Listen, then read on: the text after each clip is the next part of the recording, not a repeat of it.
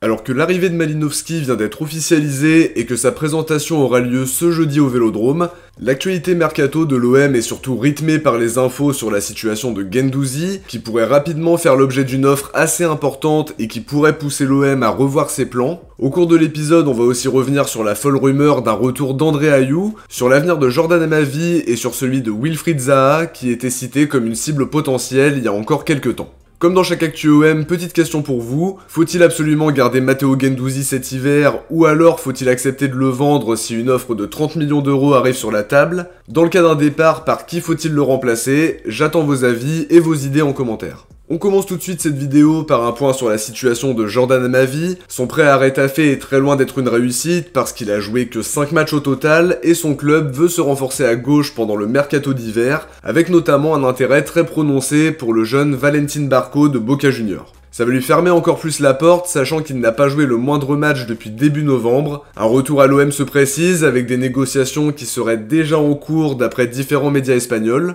Il n'est pas du tout dans les plans de Tudor et de la direction, et on imagine qu'il partira dans la foulée dès qu'il reviendra à l'OM. D'après Marca, il aurait quelques touches en Ligue 1, comme Brest, Montpellier et Angers. Ça obligera sûrement l'OM à prendre en charge une partie du salaire, mais on pourrait se diriger vers un nouveau prêt en Ligue 1 pour un joueur dont la valeur marchande est en chute libre, étant donné que Transfermarkt l'évalue maintenant autour de 3 millions. Son profil séduit certainement plusieurs clubs, mais son salaire est très compliqué à assumer pour beaucoup d'équipes de Ligue 1. Dans l'un des derniers épisodes, on parlait d'un intérêt de l'OM pour Wilfried Zaha. L'attaquant ivoirien représente une très bonne opportunité parce qu'il sera libre en juin prochain, et au vu de sa cote sur le marché, le club qui va le faire signer libre aura réalisé un des très gros coups de l'été prochain. The Athletic affirme que le joueur va rester à Crystal Palace jusqu'à la fin de la saison. Le club anglais n'a pas abandonné l'idée de le prolonger, étant donné que c'est un joueur hyper important pour eux, et qu'il a déjà marqué 6 buts et délivré 3 passes D depuis le début de la saison. Si on se fie à leurs infos, on pourrait donc oublier Zaha pour ce mercato d'hiver, mais si les contacts sont confirmés, on pourrait tenter de le faire signer l'été prochain, à moins que la concurrence nous mette rapidement hors de course parce qu'il sera très convoité. En tout cas, si on a l'opportunité de le faire, ce serait une très grosse recrue, mais sur le plan salarial, il voudra sans doute un dernier gros contrat à 30 ans, et actuellement il est déjà à 7 millions par an, pas sûr que la direction soit prête à monter aussi haut. Sur la folle rumeur d'un retour d'André Ayew, Ghana Soccernet expliquait mercredi matin que le joueur serait susceptible de faire son retour à l'OM pour y terminer sa carrière. Une information qui nous a surpris parce que c'est pas franchement dans la politique de Longoria de faire revenir des anciens. Ça pourrait peut-être être une solution jusqu'au retour d'Harit éventuellement pour pas que ça nous coûte trop cher, mais je pense surtout que la direction a d'autres idées à ce niveau-là. Sébastien Denis et La Minute OM expliquent que la rumeur d'un retour d'André Ayew est totalement fausse et que le club n'aurait pas du tout l'intention de le faire revenir. Ce mercredi, on a eu l'occasion de voir le premier entretien de Malinovski depuis son arrivée sur les médias officiels du club. Il a expliqué qu'il était très excité de commencer cette nouvelle aventure, et sur ses réseaux sociaux, il a promis de jouer avec le cœur. Il évoque des souvenirs de son enfance, notamment les matchs face à Dnipro et l'OM de Drogba en général qu'il suivait à l'époque, notamment parce qu'il adorait l'ambiance du stade et les supporters qu'il juge parmi les meilleurs au monde. Sur ses ambitions, il explique qu'il va tout faire pour qualifier l'équipe en Coupe d'Europe pour retrouver cette sensation, lui qui a connu la Ligue des Champions et un parcours incroyable avec l'Atalanta. Par rapport au style Tudor, il estime qu'il peut s'intégrer dans l'équipe par rapport à son passage à l'Italie, où il a acquis une culture tactique et une culture de l'effort. Ça fait d'ailleurs partie des qualités que la direction recherche en priorité chez les recrues, et par rapport à ses caractéristiques physiques et techniques, ça fait de lui un recrutement presque évident tant le profil colle à ce qu'on recherche. Il l'a confirmé en expliquant qu'il aimait le style de jeu de l'équipe, un football rapide, très basé sur l'offensive, et une équipe qui a des qualités physiques importantes. Il est dans le groupe pour le match face à 3 et on espère qu'il fera ses premiers pas sous le maillot de l'OM parce qu'on est vraiment impatient de le voir à l'œuvre.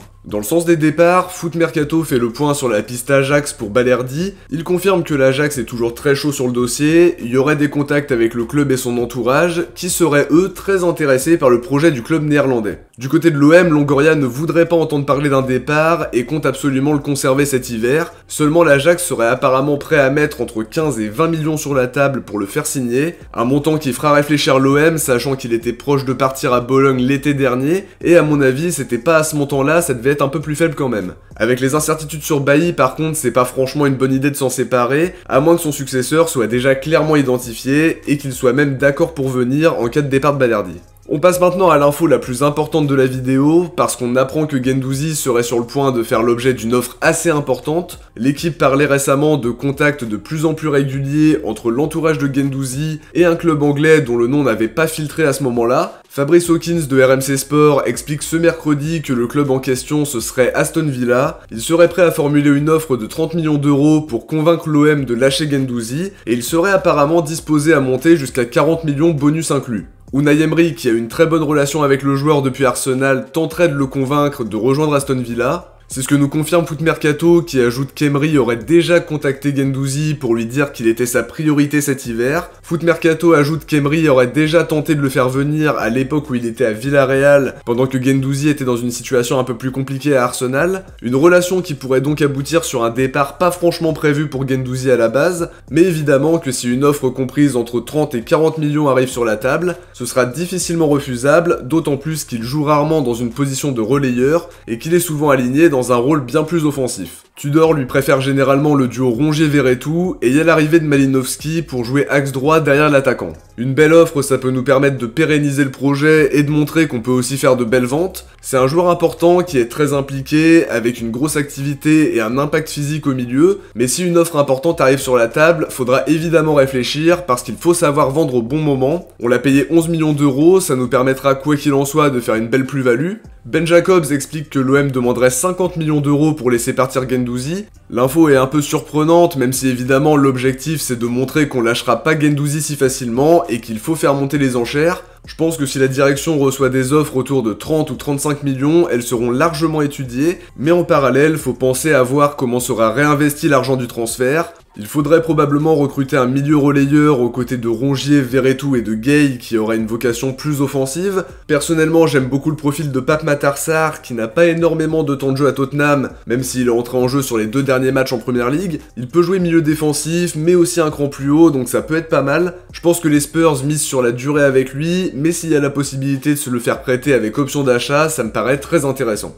Il y a bien sûr la possibilité Azzedine Ounahi qui est très convoité par Naples par exemple, mais qui serait une très bonne recrue pour éventuellement remplacer Guendouzi s'il est vraiment amené à partir. L'important ce sera de faire une grosse vente et surtout d'avoir les idées pour le remplacer derrière. Dans son info, Ben Jacobs nous dit que la première offre d'Aston Villa serait autour de 25-30 millions plus bonus. Si ça se confirme, ça commence quand même à faire réfléchir, mais on imagine que l'OM tentera d'obtenir une somme un peu plus élevée parce que le club anglais a une marge de manœuvre financière suffisante pour aboutir à un accord à mon sens. Je trouve que c'est quand même compliqué d'estimer sa valeur marchande, il est encore relativement jeune, international, il a été très bon depuis son arrivée en globalité, et il a su être impactant en Ligue des Champions. Faut pas faire de cadeaux, mais faut aussi se dire qu'un joueur peut être dans une très bonne période, et si tu le gardes 6 mois de plus parfois parce que t'es trop exigeant, tu peux te retrouver à le vendre beaucoup moins cher après. C'est une vraie question de timing pour le coup, en tout cas sur le plan sportif il n'est pas utilisé à son vrai poste, même s'il réalise de très bons matchs en étant placé plus haut, notamment grâce à son abattage et au pressing qu'il peut installer. À côté de ça, c'est un joueur que j'aime beaucoup pour son caractère, sa débauche d'énergie. Selon l'offre que tu vas recevoir, faudra bien jauger le timing, mais faut pas non plus laisser passer l'opportunité de faire une grosse vente non plus. Tout dépend du montant, mais on en saura plus dans les prochains jours. De notre côté, on arrive à la fin de cet épisode, j'espère que ça vous a plu. Comme d'habitude, si c'est le cas, n'oubliez pas de laisser un petit pouce bleu, c'est vraiment super important pour soutenir la chaîne. Si c'est pas déjà fait, n'hésitez pas à vous abonner pour suivre l'actualité de l'OM avec moi sur la chaîne.